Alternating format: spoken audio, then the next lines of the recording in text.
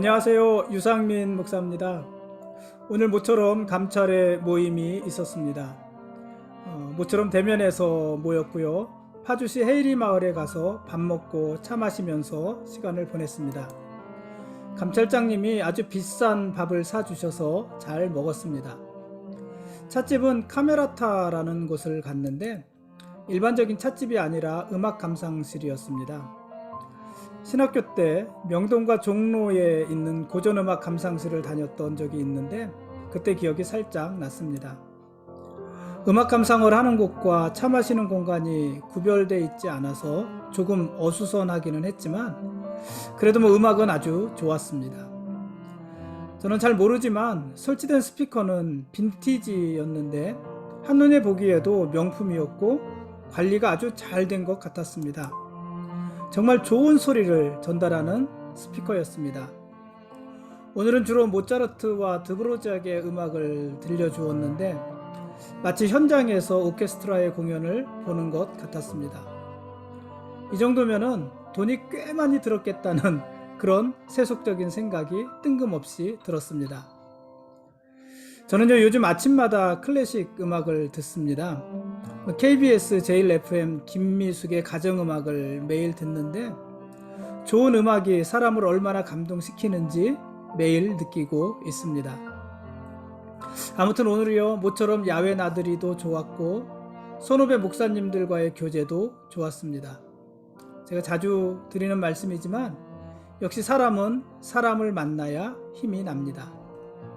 오늘 말씀 보시겠습니다.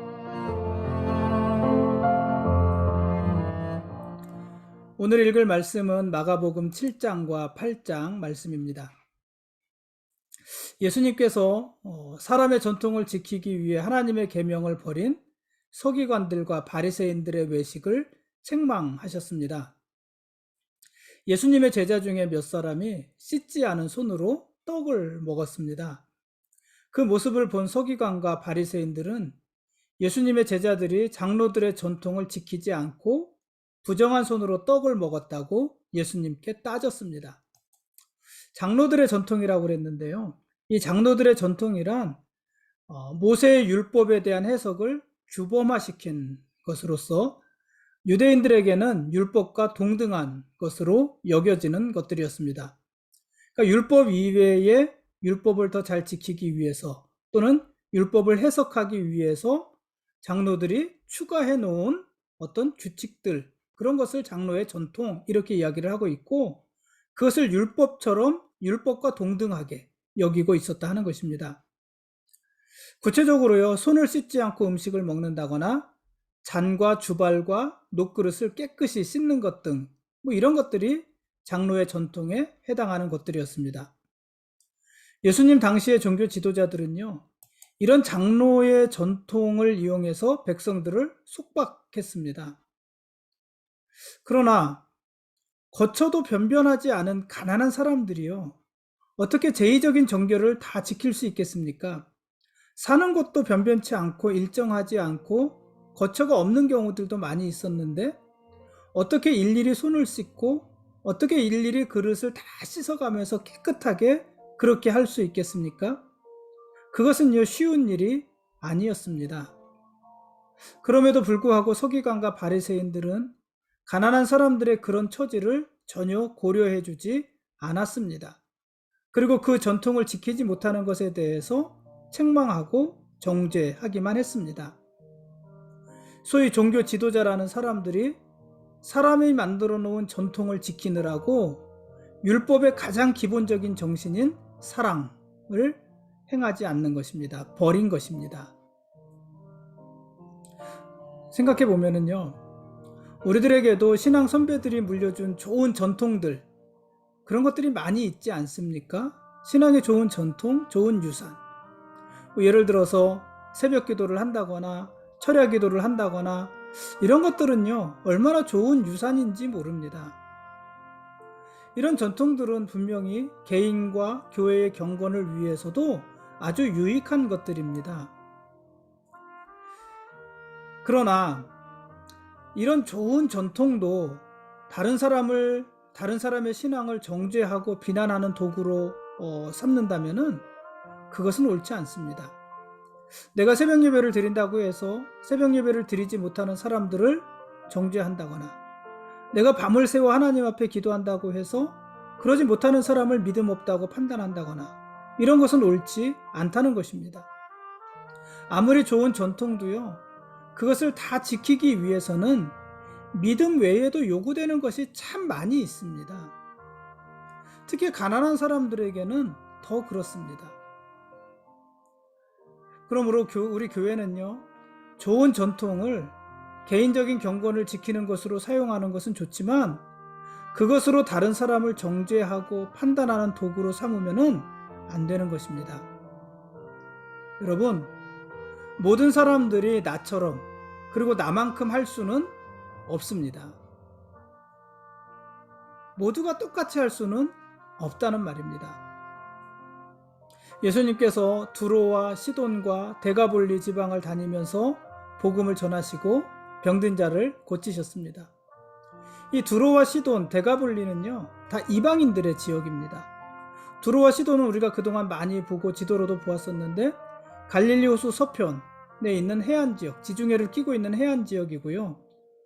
데가볼리는 어느 한 곳을 말을 하는 것이 아니라 여러 지역을 통틀어서 말을 하는 것인데, 이 데가볼리는 주로 갈릴리와 요단강 동편에 있는 지역으로요, 알렉산더 대왕에 의해서 식민지화된 10개의 도시를 통틀어서 일컫는 말이 데가볼리입니다. 그러니까 두로와 시돈, 데가볼리 이곳들은요, 모두 이방인들의 지역이었고, 그래서 유대인들은 왕래하기를 꺼리는 곳이었습니다. 그곳에서 예수님은 스로보니게 여자의 귀신 들린 딸, 그리고 귀먹고 말 더듬는 자를 고쳐주십니다. 보통 유대인들은 이방인들을 부정하게 여기면서 멀리했고, 그들이 사는 지역에 들어가지도 않았지만, 예수님은 그런 이방인들을 향해서도 복음을 전하셨고, 또 그들의 연약함을 고쳐주신 것입니다.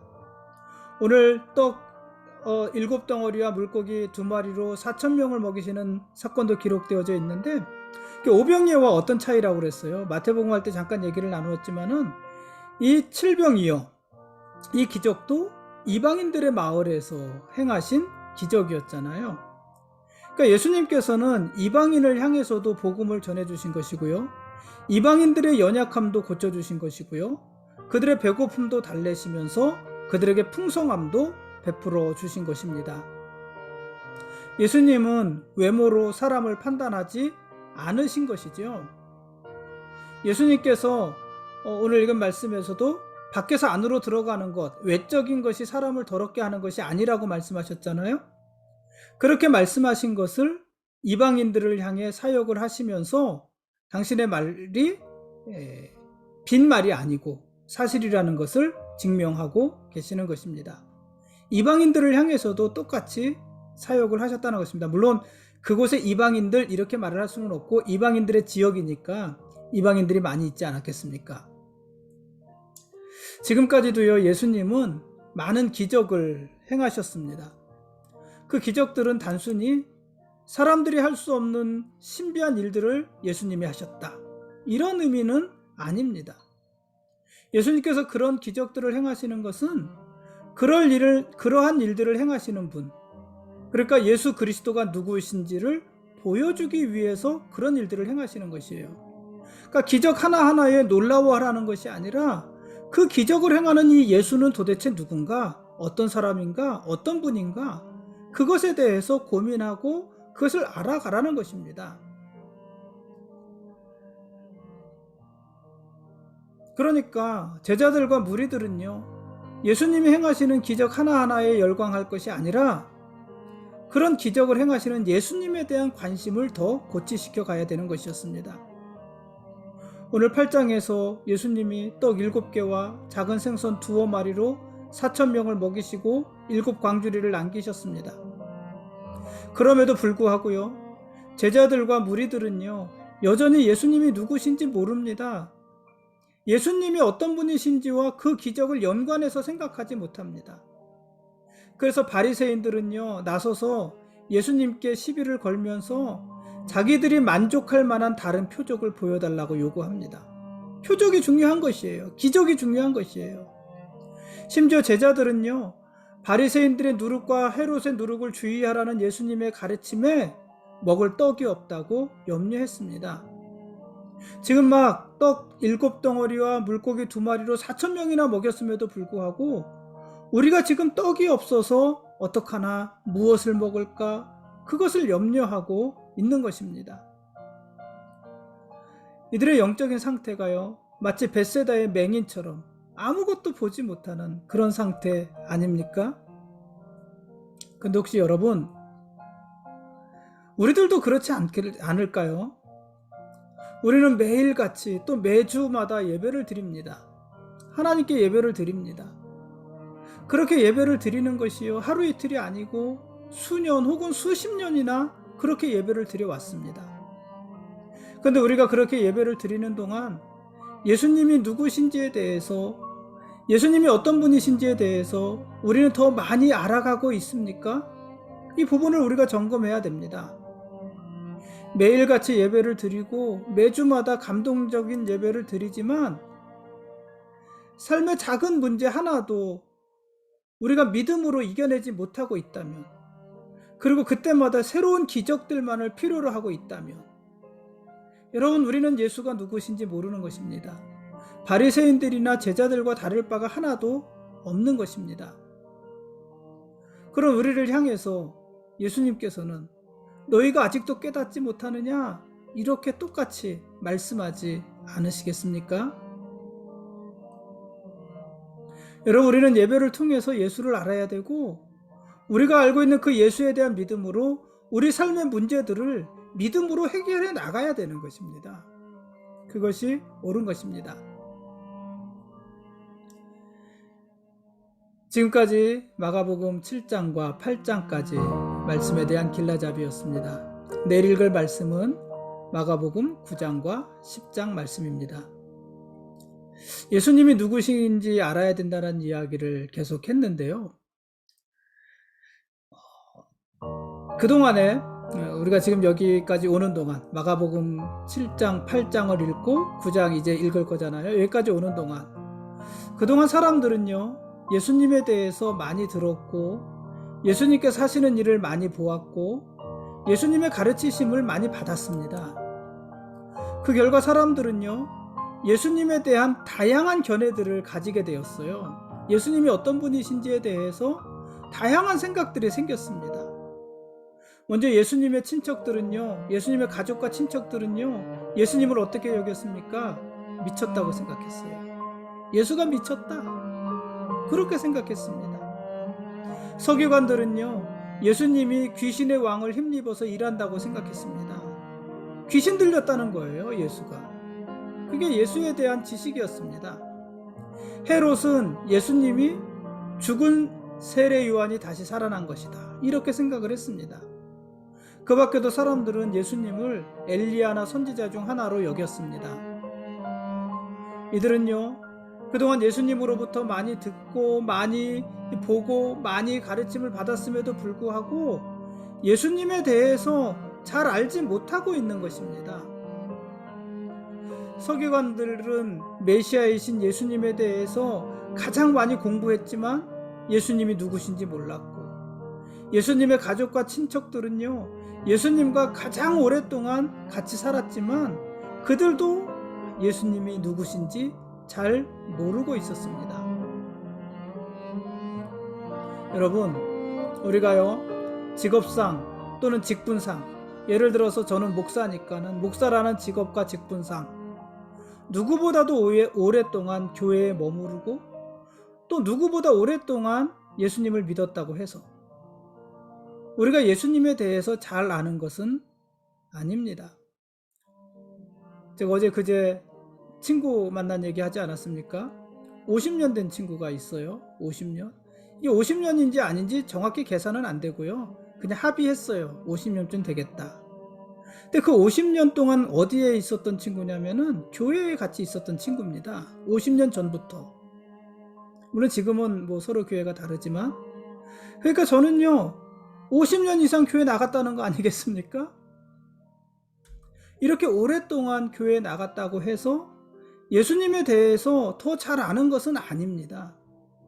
오히려 우리의 직업, 우리의 직분, 우리가 오랫동안 예수를 알았다는 것이 오히려 아주 오래된 고질적인 편견이 되고 고집이 되어서요, 예수님을 오히려 오해하게 하고 예수님을 향하여 눈멀게 하는 경우들이 더 많이 있습니다. 그런데요, 물론 모두가 그런 건 아닙니다. 베드로는요, 예수님에 대해 정확히 알았습니다. 오늘 본문에서 베드로는 예수님을 그리스도라고 고백을 했습니다. 마태복음 16장 16절에 보면 좀 더 구체적으로 이야기를 했는데, 주는 그리스도시요 살아계신 하나님의 아들이십니다, 이렇게 말을 했어요. 그러니까 베드로는 예수님을 어떤 분으로 알았냐면 예수님은 그리스도시고 하나님의 아들이시다, 이렇게 알았다는 거예요.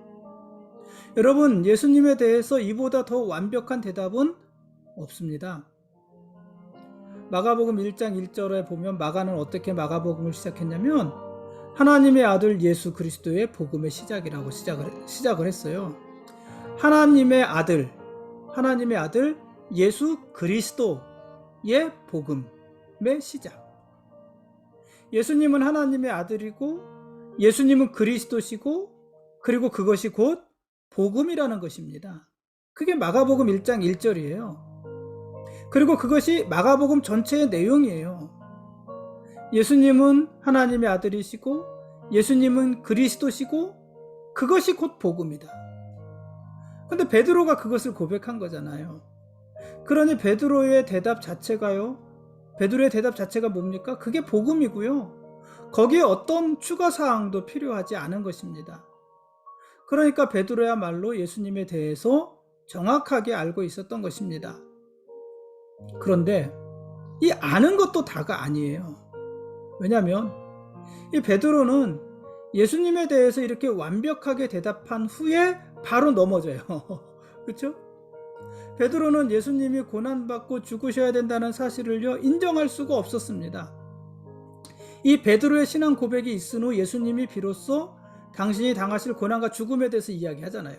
베드로의 신앙 고백이 있었기 때문에 예수님이 그 말씀을 하실 수 있는 거였어요. 그런데 정작 베드로는요, 예수님이 고난과 죽음에 대해서 말씀하기 시작하자 그걸 인정하지 못하는 거예요. 받아들이지 못하는 것입니다. 그래서 베드로는요, 예수님께 항변하면서 예수님이 그 길을 가면 안 됩니다 하고 막아서는 거잖아요.